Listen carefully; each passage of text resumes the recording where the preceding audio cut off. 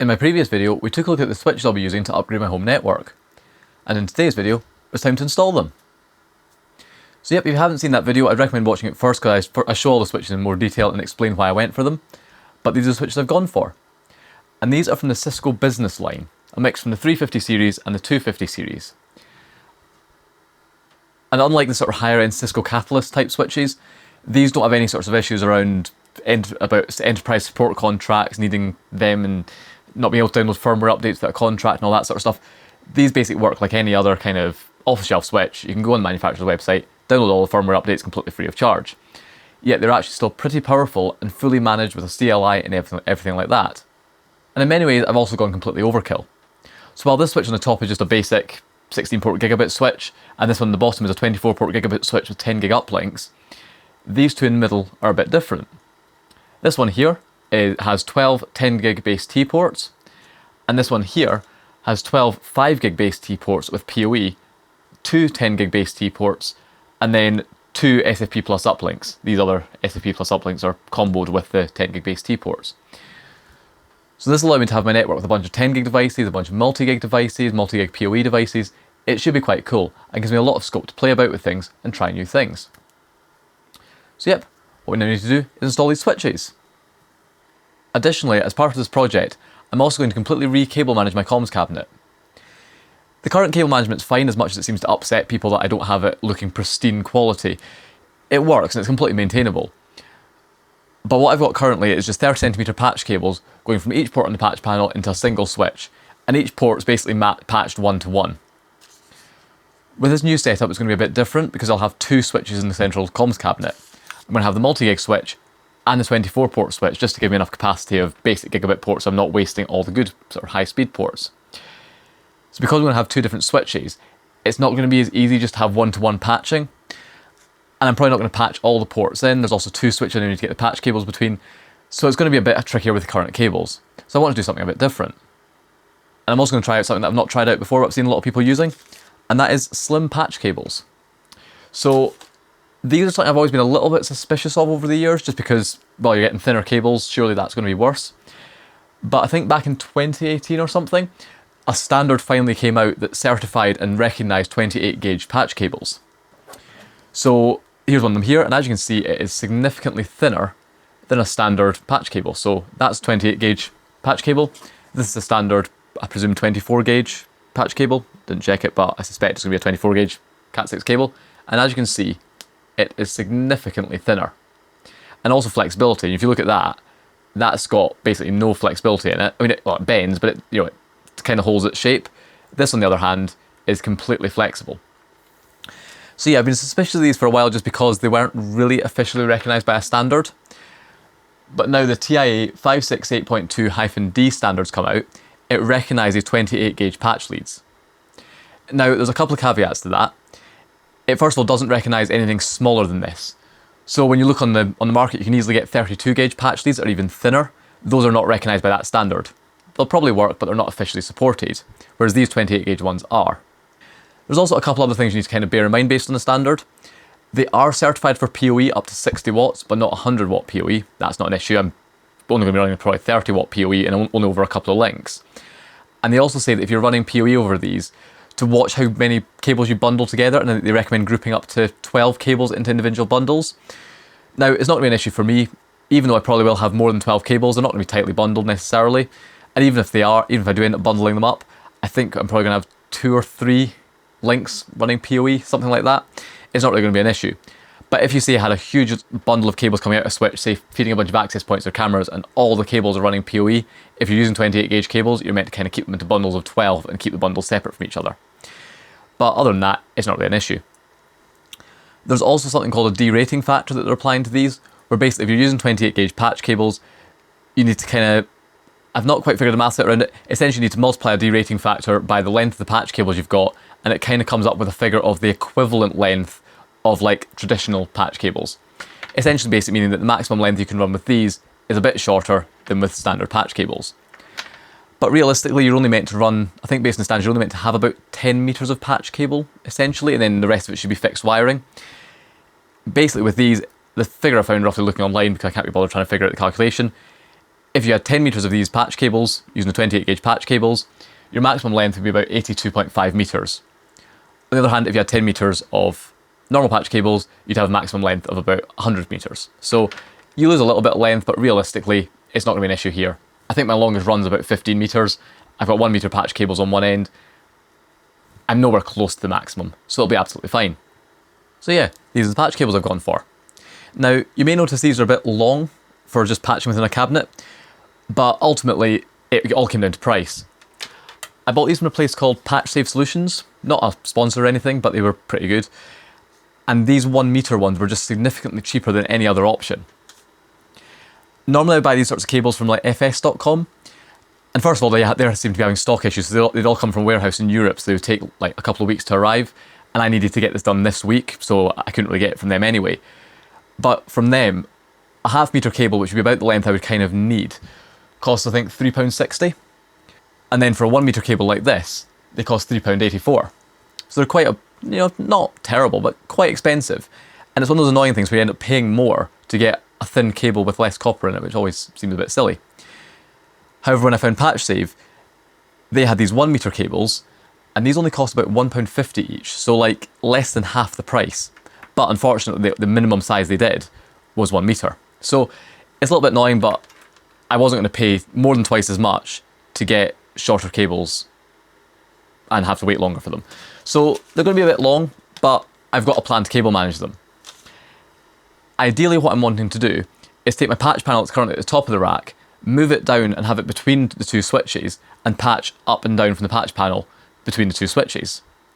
And I've got a plan for also doing some sort of cable management in there. However, I'm not quite sure if I'll actually be able to do that because of the space behind the switches and router. I'm not sure if I'll be able to get the cables down behind those and into the patch panel cleanly without crushing them.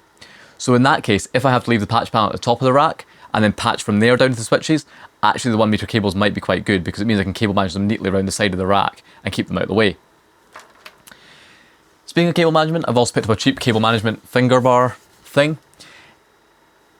Ultimately, having received it, it's maybe not the best. It's quite a sort of generic item. It was only about a tenner, so it's not really a problem. And I went for a metal one thinking, oh, metal, that'll be good quality. And it works, so I can put that in the rack, bring cables through the back, bring cables along inside here, completely hiding them, and pop them out the top and bottom into the switches. And like most of these, you can kind of squeeze it down and pull the front off, get cables in, and then put it back together. Now, this one, it's fine, but it's a little bit fiddly to kind of use because you've got to kind of, because it's metal, it's very springy, and you've got to like squeeze it and go all the way along, try and get the front back on, and it's quite fiddly. It's possible, I'm able to do it, and then fail at doing it. But previously when I've used these, I bought the plastic ones from fs.com, and those have generally been pretty good because they kind of very easily unclip and hinge down, whereas this is a little bit fiddly. It works though, so it'll do for now, and I can always replace it in the future. But yeah, I'll be using this to cable manage the cables in the rack, sort of to bring them along and up and down into the switches, so be interested to try that out. So yeah, that's a look at the switches I'm installing, the cables I'll be using, and the cable management stuff I'll be using. So I guess it's time to go and look at the cabinet, see what we're dealing with, then get everything turned off, taken out, and get the new switches in. What I've also done is also pre-configured all these switches, so you can see they're sort of sitting connected up here running. I've connected them up essentially how the uplinks will be connected when I actually deploy them. So I've already gone in, fully configured them all, so in theory, I can just plug these in and everything will just work, but I don't know, it might not. And then as a follow-up to the previous video, when I kind of reviewed these switches, configuring these was absolutely excellent. They were really good to configure. Because obviously I did it all over the CLI, and the CLI on these is really good. It's really easy to kind of write in a text editor and then paste in. So what I actually ended up doing was making a spreadsheet with basically all the ports, the port names, the VLANs, all that sort of stuff. And then using VS Code and its like multi-line editing feature, I just was able to kind of copy stuff out of the spreadsheet, paste it in the text editor, write all the wrapper commands around it, and basically generate config I could instantly just paste into a switch and fully configure all the ports. It was really easy. And in fact, if I had more time or even more switches to configure, it'd have been really easy to like script that spreadsheet to generate the config. Or if I, in the future, wanted to say configure this from something else, have some sort of piece of software that stores all the switch configuration, I could easily export it and write the config that could then go into these switches. The CLI is really good for being very easily configurable. I think it's a similar idea to Cisco iOS. It's definitely not Cisco iOS, but I think it's a similar idea in terms of being able to easily type in sort of batches of commands and configure stuff all at once. It was really good and really easy to get these all configured. So hopefully they just work. But yeah, time to go and take a look at the cabinet we'll be dealing with and start disconnecting everything. Okay, so here we are with my network cabinet. And this is where I'll be installing the multi-gig PoE switch, as well as the 24-port regular gigabit switch. So obviously I've shown all this before on video, but I'll quickly go through it for people who haven't seen it. Essentially, this is my wall-mounted comms cabinet in my hall cupboard. At the top we have a patch panel with various drops that go off to all the rooms around the place. There's about 23 runs currently. Of course I can easily add more, but 23 runs currently, although I'm not going to patch all those in because I won't be using them all. Next up we have a rack mount PoE injector, which really upset a lot of people because apparently I should just buy a PoE switch way back when I didn't have the budget to buy a PoE switch, because YouTubers obviously have infinite budget. So this is a 1U PoE injector. It's got 8 different injectors in it essentially, so certain links from my non-PoE switch that I needed PoE on would patch up into this, then up into the patch panel. But now I've finally got a PoE switch, this can come out. Next up we've got my 24-port UniFi switch. So this is an old-fashioned switch, it's pretty old. I think I put this in basic when I built this network initially. So it's a first generation UniFi US24, so it's a UniFi managed switch, but it's not PoE or anything like that. Next up we've got my router / firewall, which is running OpenSense. I made a video on this previously. It's a cheap 1U server from AliExpress with a Intel Atom C3558R CPU. It's a really good little box, 10 gig networking on board, pretty capable. So this is my router, this is coming out, but it will be going back in. Rack shelf here with a couple of bits, including a CloudKey Gen 2 Plus that's currently my NVR for my UniFi Protect cameras, and the UniFi controller currently for my switches and access point. But once the switches come out, it's just going to be controlling the access point, and then soon we'll be putting a new access point in, and then this can come completely out. Well, once we replace the cameras as well. That's all on the shelf. And then finally down the bottom we have a PDU, and it's just a standard 1U PDU with just regular UK plugs. So I'm not quite sure how I'm going to manage this. What I'm going to do, because I'm going to do a complete cable reorganisation, I'm just going to basically power it all down and just pull everything out. Obviously not the patch panel, that has to stay. But everything else I'm just going to take out, we'll see what space we've got and figure out what we can do. So I suppose all that's left to do now is turn off the power and start disconnecting things.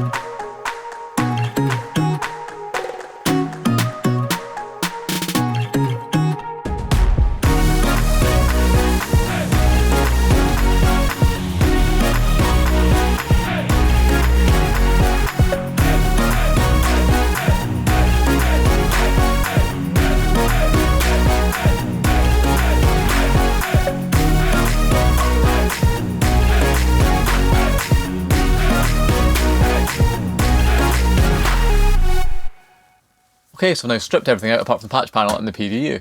So now I'm going to work out what we can do with this. I'll go and do it off camera to actually figure it out, because I'm trying to do all that on camera would be a nightmare. But essentially what we have is the patch panel and PDU. Now my ideal plan, if it will work, is going to be to drop this patch panel down a few U. I'll then put my router in the top U where the patch panel is, then put the multi-gig switch, the patch panel, the cable management bar, then the gigabit switch, and that'll fill up this space here. And then what I'll do is, rather than having the rack shelf, the stuff that's on the shelf, I'll just put up the top here on top of the router, and that'll be fine. So hopefully that'll work. If that doesn't work, basically if I can't move the patch panel down and have enough space behind the router for the cables to go down behind it, I'll then need to maybe get a bit creative. I think in that situation what I'd have to do is leave the patch panel where it is, then put the routers and switches in here, have just the cable management bar between the switches, so just have switch, cable management bar, switch, and then that would probably all fit. It really just comes down to the slack on the cables, which I think there's enough, but also the space behind it. So, or the space behind the router, and see if I can get it in. So we'll see. So I'll go into all that off camera. The other thing I'm also going to do is move these vertical bars back. This rack's really good that these are adjustable depth. I've seen quite a lot that aren't, and it's a bit fiddly. But with these, when I put the UDM Pro in, I had to move these right far forward because the UDM Pro is quite deep, and I had to literally move them basically as far forward as they would go, with still allowing space to plug cables in. And even then I had to use a right angle power connector on the UDM. The new equipment isn't quite as deep. So what I'm going to do is I'm going to move these bars back as far as I can get them. And I've also bought a right angle power cable for the router, and I've already got the right angle power cable from the UDM that I can use on the multi-gig switch. So using the right angle power cables, I can hopefully get this back quite a bit, which will give me a bit more space in the front. Ideally at least enough space to get this cable management bar in, because currently that is not going to fit behind the door. So yeah, hopefully I can get it back quite a bit. So yeah, time to go away off camera, get measuring and try and bodge this thing so it all fits. So that's going to be fun. Okay, so good news. So I've moved the vertical bars back a bit, and I've dropped the patch panel down to where it would ultimately end up if I did get the router on top, and I've been able to successfully fit the router and switch into the top two U's, despite having the big bundle of cables at the back that go to the patch panel. So that's pretty good. Now, annoyingly on this rack, it's good you can adjust these, but they have to go into different square holes with cage nuts. It's not like an infinitely slidable slot. So that's not quite as far back as it can go to get the router in. But if I put it back any further to get the router in, the router would start catching on the cables, even though the rack itself was deep enough, because it was literally, if you move it back any further, it's literally so that the power cable is touching the back of the rack. So I've only been moving it back one notch, but that's still enough to get the cable management bar in, which will basically sit almost against the glass, but it'll still have enough space. So it's very tight, but it will fit. And that's really good, because it means I can actually have the router in the top view, then the switch, then the patch panel, cable management bar, and the other switch. So the patch panel will be between the switches rather than at the top of the rack. So that'll stop a slew of angry comments from having the patch panel at the top. So yeah, that's really good. So I'm going to put this camera back on the tripod because it's really heavy and I'm holding it above my head and this is really silly. And we'll now get everything put back in. Okay, so now I'm not holding a camera, I can try and explain this a bit better. But yeah, so the final plan is what we're going to do is in the top view, we're going to put the router, then the multi-gig switch, the patch panel, the cable management finger dump bar thing, the 24 port gigabit switch, and the PDU can go back in the bottom. And then for the things that were sitting on top of the rack shelf, those can just sit on top of the router up here tucked out of the way because there's not really much there, so that'll easily sit up the top here. And then the plan I've got for those patch cables, now obviously the 1 meter cables, if the patch panel was at the top, would have been ideal because they'd have come around, right around the back, loads of slack, and then come out around the front. However, obviously we're going to have a switch here, and a switch here. We don't need a 1 meter patch cable to do that. But I'd much rather have a lot of slack than trying to deal with lots of tiny little patch cables, especially on something like this, because I'm not patching the ports one to one. So I might have a port here that needs to go into, say, the 10 gig connection on the multi-gig switch, which is over here. So I might actually need to have a cable go from here all the way over to here. And it'll come down through the dump bar up. So at that point, you're going to potentially need a longer cable. So I've got a plan to try and get rid of all the slack. So what I've got is, obviously I've got the original rack shelf that I'm no longer using. So I'm going to mount that in here below the patch panel. And then in front of that, I'm going to mount the dump bar. So essentially I'll put them both in and just screw through both so that they're both mounted in there. So you've got the dump bar with a shelf behind it. Now, of course, this dump bar has holes in the back to feed cables through. So the plan is to have this here, and now of the shelf's not there, but imagine the shelf's behind it. I'll be able to bring the slack cable out the patch panel, into here, push the slack as like a loop out the back of the out the back of the dump bar, where it'll sit on the shelf, come back in and up, and this shelf will support all the slack, so the slack doesn't end up falling down and catching on stuff below it. Now there is a commercial version of this called a neat patch, and essentially it's the same thing. It's a dump bar, but it's got a sort of 1U or 2U, depending on what version you go for, plastic box that sticks out the back. So rather than a shelf, it's fully enclosed, it's like a full box sticking out the back. It looks really nice, and maybe in the future I would get one to try out, especially because I'm not really a fan of this metal dump bar, it's a bit tricky to open. So I might consider getting a neat patch. However, it wouldn't have arrived in time for this because I'd have to get it shipped from the US, and they're quite expensive. Like, it was something like 70 to £100, something quite a lot. And I think on Amazon I could only buy a pack of 3 and I only needed 1. So maybe in the future I'll take a look at that, but for now we'll just go with this bodgy approach and it'll work fine, hopefully. So yeah, time to really get all this stuff installed. The other thing I'm going to do at this point is install this into the patch panel. And yes, I'm waving it above my head like an idiot because I can't be bothered moving the camera. So all this is a Keystone RJ45 jack to an RJ45 connector. And I just made this up just because it's what I had to hand. I'm going to put this into the patch panel somewhere over here and plug this into the back of the console port of the multi-gig switch. That's because the Gigabit 24 port switch has a console port on the front. The multi-gig switch has a console port on the back. And it's the sort of thing that I could potentially want to connect to. You know, if I completely mess the config up and I need to get into the switch, it'd be nice to be able to plug into the console port. And if I had to fully pull the switch out the rack just to do that, it would be a real pain. So for the sake of, 5 minutes building this thing that with spare parts I had, I can just stick this in the patch panel at the front, plug this into the console port on the back, clearly label it up that it's not a network connection, and if I ever need to get into the Gigabit switch, I can just plug into the switch on the port on the front of the switch, and if I ever need to get in the console on the multi-gig switch, I can plug into the port on the patch panel. Now, this is not me doing something that I don't complain about on YouTube, but it's a little bugbear of mine, and it's going to be me being overly pedantic, and it's probably going to upset people. I'm not a fan of where people use Keystone couplers in patch panels just purely to bring cables from the back of the rack to the front. I see loads of people doing it where what they'll do is they'll have like a 1U patch panel, have all their servers in their rack, and they'll fill the patch panel with Keystone couplers. They'll bring cables out the back of a server into the back of the patch panel for all their servers, and then they'll bring cables out the front of the patch panel into the switch for all their devices. That's not something I'm really a big fan of because you're literally just adding additional connections in for the sake of it. At that point, I'd rather just use a brush panel and just bring patch leads from the back of a server directly out into a switch. Or if you really care about having them all neatly spaced out like that, I would just use a Keystone patch panel with no modules in it and just feed the patch cables through the holes, and it kind of keeps them spaced out. So this isn't me really doing that because, well, it is, but it's because I will want to patch a cable into this. It's not coming out into the switch. I want a port here that's unpopulated normally that I want to just plug straight into. So that's why I'm doing this. Of course, the other option is I could have just used a Keystone coupler, so I could put a Keystone coupler in the rack, in the patch panel, and then put a patch lead out the back of the Keystone coupler into the back of the switch. That would have made more sense, but I didn't have a Keystone coupler. I already had a Keystone jack. So take this, stick it in, and that'll go into the back of the switch. So yep, time to get this in, and then get all the kit installed. So yeah, now it's time to get all the kit in.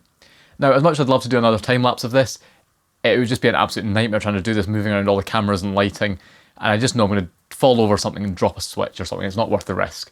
So what I'll do is I'll start putting it back together and I'll drop in every so often and talk about how it's going. Okay, so we have some progress. So I'm now mounted the patch panel, well, where it was before, I've just mounted it properly now, so that's in there.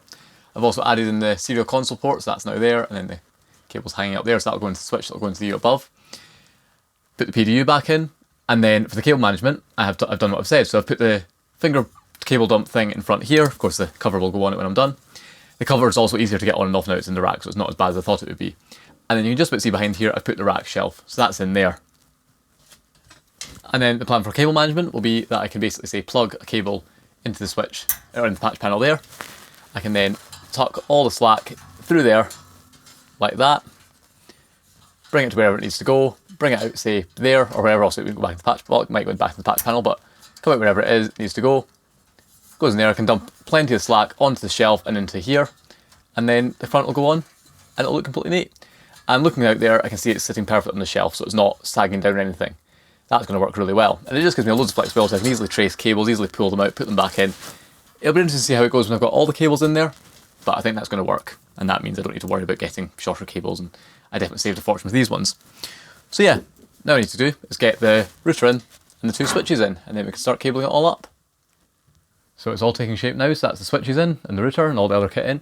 So all I need to do now is cable it all up. So the power cables are already in, everything seems to connect, all the cables fit, power cables fit behind all the devices, everything seems to go in pretty well.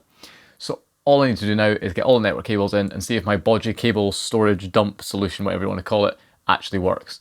So next time you see this, it should all be cabled up. And there we go, that's all the cables now in, and I'm sort of cable managed into that channel. And it works pretty well. Now, it's probably not perfect, and it's maybe not as good as having, just exactly patching your patch panel into the switches one-to-one with tiny little patch leads over the front.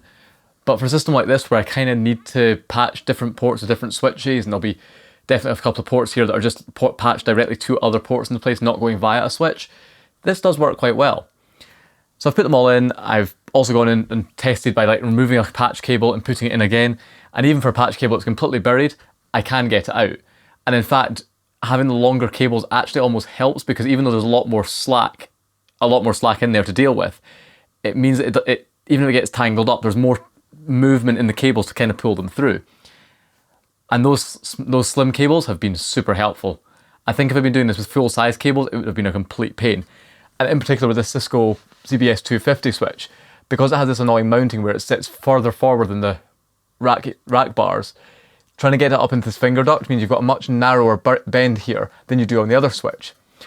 In hindsight, it maybe would have been better I'd put this switch up here and this one down here, given that it would give you a bit more bend radius to swoop, but oh well. These slim cables really help because it meant I could get a much tighter bend. It's not that problematically tight bend, but had these been like really thick shielded Cat6 cables, it might have been like full thickness ones, it would have been quite tricky to get around potentially. But yeah, I quite like how it looks. It looks pretty good. And then for the first time ever, I can take the door and I can shut it like that. It used to be a case that, obviously you could shut the door, but when you got to about here, you had to kind of push and apply pressure and like squeeze it in to then be able to turn the lock round because it was pressing against all the cables. Whereas now with this, no cables touch the door. They all sit completely flush behind it. It's actually quite satisfying. So yeah, that's all in there. Now, of course, I've still got to replace the switch in my server rack in my office, as well as one in the living room. But what we'll do now is we'll quickly power this up just to see if it works, because this should at least get the core of the network up, as well as the Wi-Fi should come up. So that would then get me a connection, and then I can do the other two switches, which we'll do in a minute. So all we need to do is power up. So before I do that, I'm just going to quickly swap the connection on my modem over. Currently my modem is connected to the TalkTalk router just so I can have internet. So repatch the modem into the patch panel, which will connect up to the router in here. So now if we power this on, everything should start up.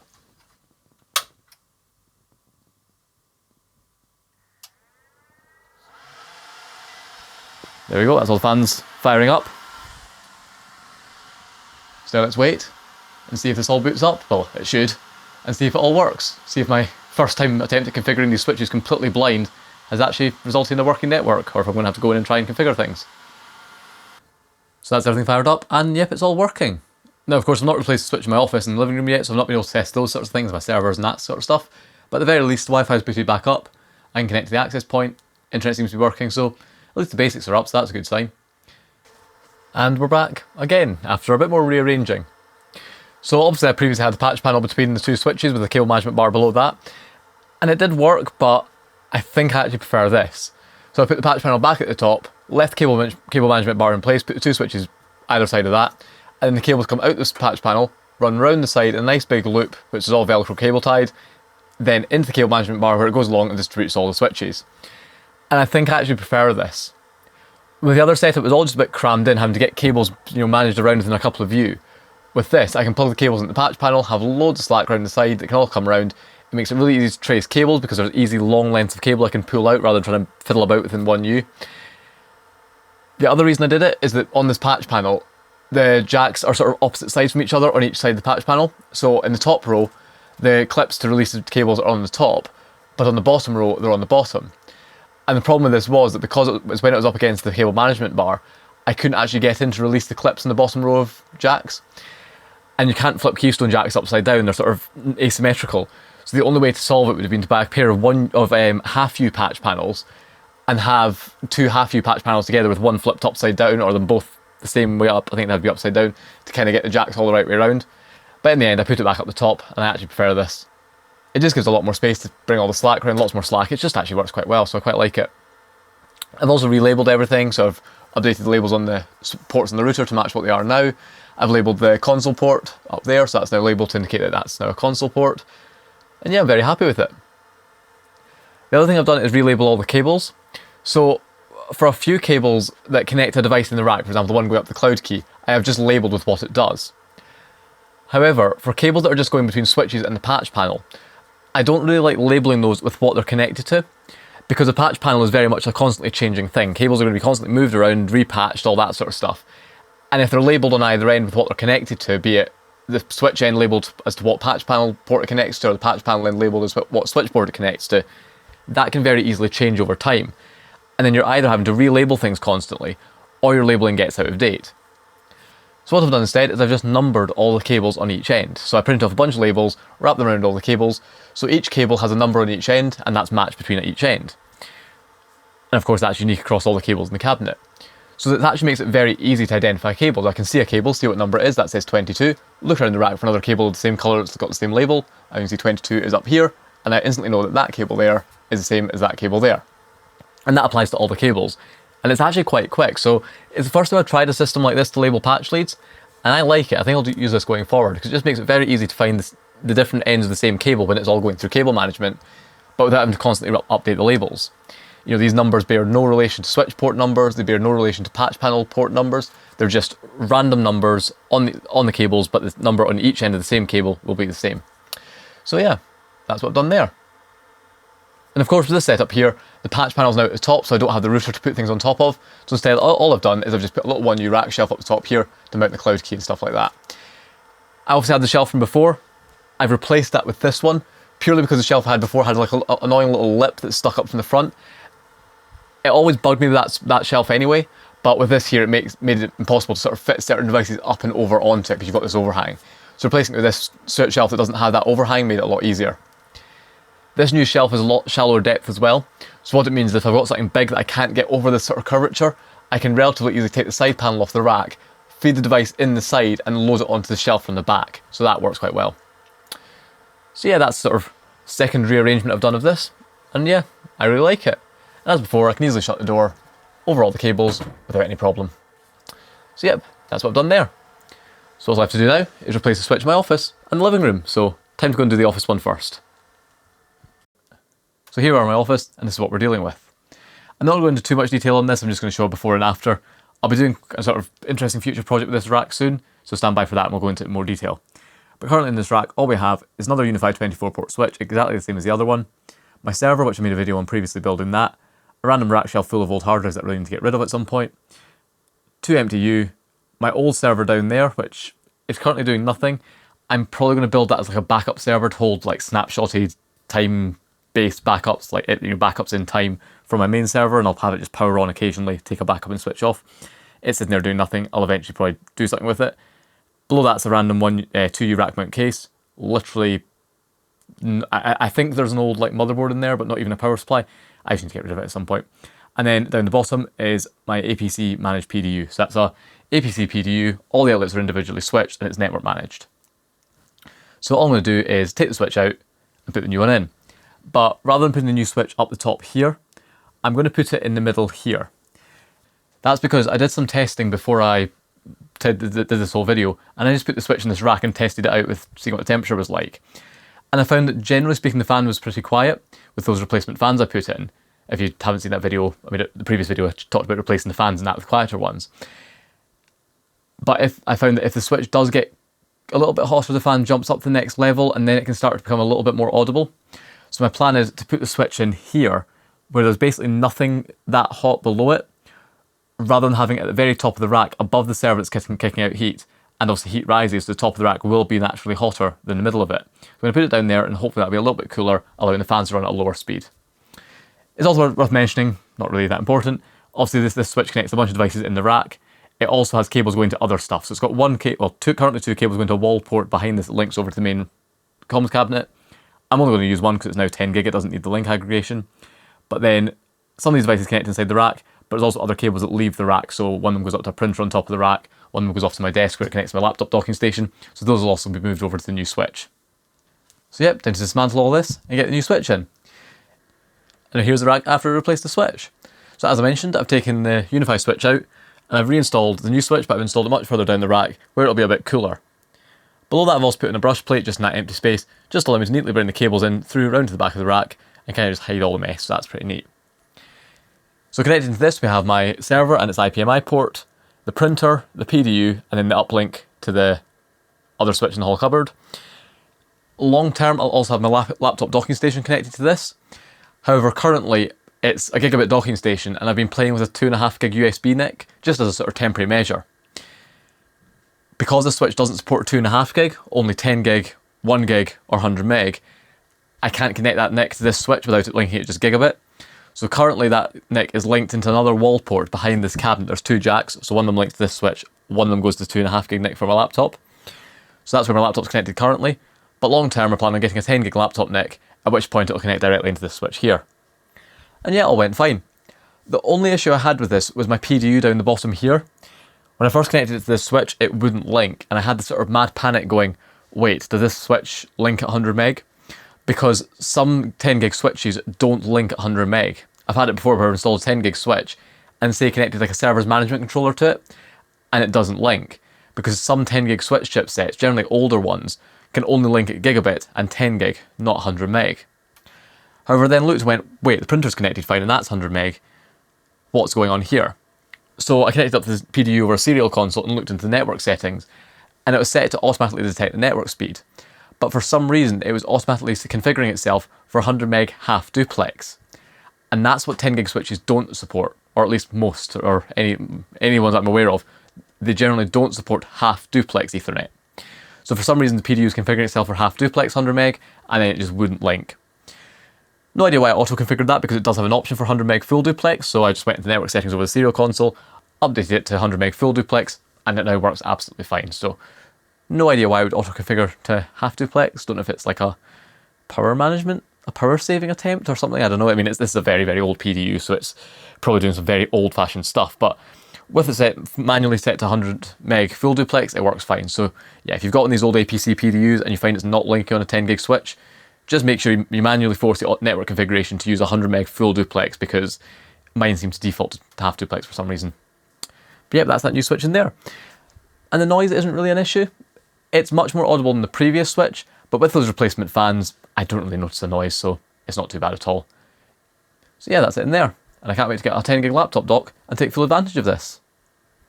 So the final thing we need to do is replace the switch in the living room AV cabinet. So now the final switch to swap out is one in the living room AV cabinet. So currently there's this little TP-Link 8-port unmanaged switch down here. This is very temporary. I used to only have a few devices in here, and there's 4 wall jacks behind here, so they just went directly into the wall. But I've now got a few more devices in here, and I've got plans to put even more in, so I needed a switch rather than using the 4 wall jacks. So I just bodged this one in for now because I didn't want to buy another like Unify switch or whatever when I was using Unify, knowing I was replacing it. So now it's time to put the other switch in. So we've got that switch here. Temporarily for now, I'm just going to kind of put it down the side there where the old one was. But long term, I've got plans to either like mount it like here somewhere inside the cabinet, or I'm going to install an additional shelf over this side of the cabinet here. I might try and fit it on that shelf potentially, we'll see. It's also times like this when I bring the video lights in here and point them into this cabinet that I realise that I really need to dust everything in here. So I think at the same time as replacing the switch, I'm going to take everything out and try and clean it all. But yep, hopefully next time you see this, we'll have the new switch in. And it'll be very unexciting because it's just going to be like this, but with a slightly different switch. So yeah, time to go and do that. Okay, so now I've replaced the living room switch.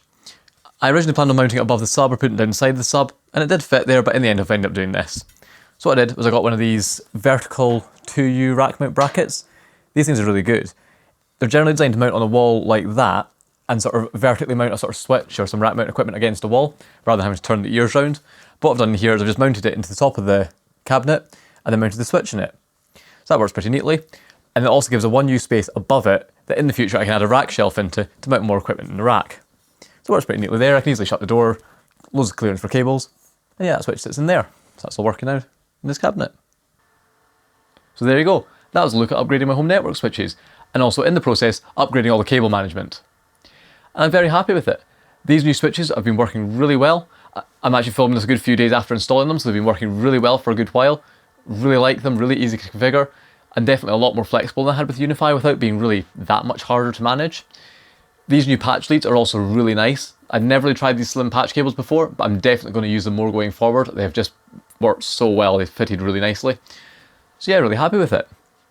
So that's all that's left for this video, but stand by for a lot more future videos of more home networking stuff. I'm going to be doing teardowns of these switches, I've got new access point stuff to look at, I've got new server stuff to look at, I'll be making modifications to my server rack. This project has absolutely snowballed into a ton of different videos, so definitely stay tuned if you want a lot more sort of weird, wonderful networking videos. But all that's left for this video is to say thank you very much for watching.